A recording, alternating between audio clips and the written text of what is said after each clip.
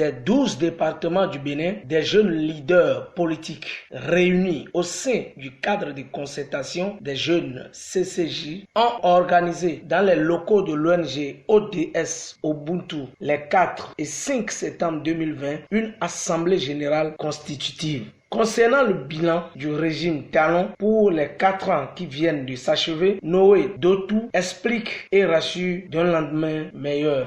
Devant les citoyens, la classe politique, tout l'ensemble du corps diplomatique accrédité ou de la communauté internationale devrait personnellement pour porter le Bénin au piédestal du développement.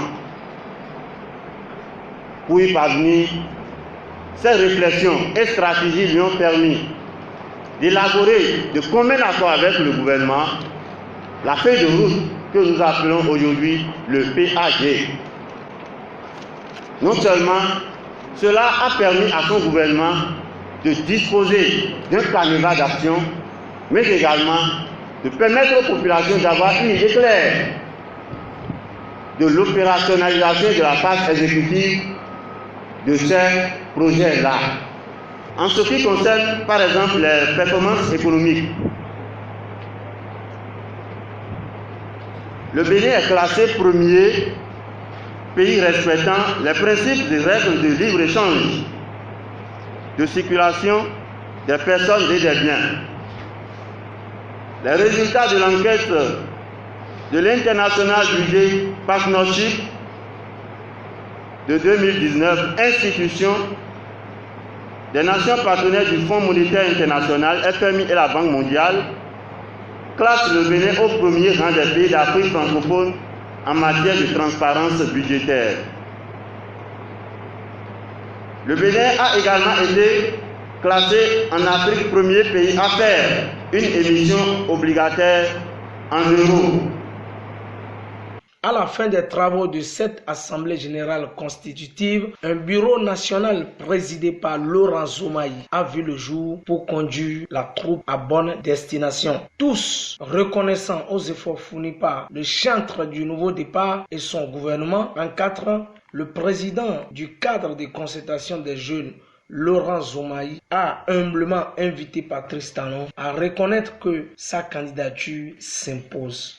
Considérant qu'en âme et conscience, on ne change pas une équipe qui gagne, considérant que le président Patrice Talon reste une mine inépuisable de bonne volonté et de potentiel managérial.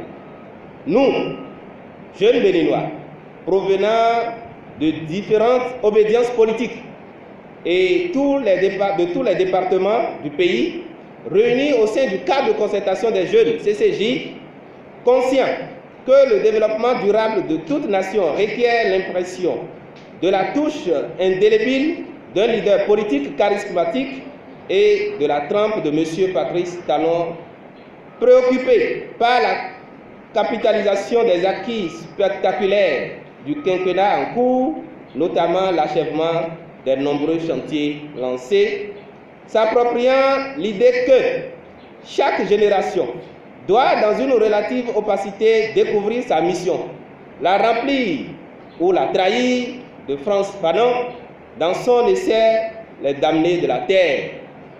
Appelons de tous nos voeux les partis politiques et la population toute la population à travailler sans relâche pour la réélection du président Patrice Talon 2021-2026. C'est hisser le Bénin au rang des premières économies de l'Afrique.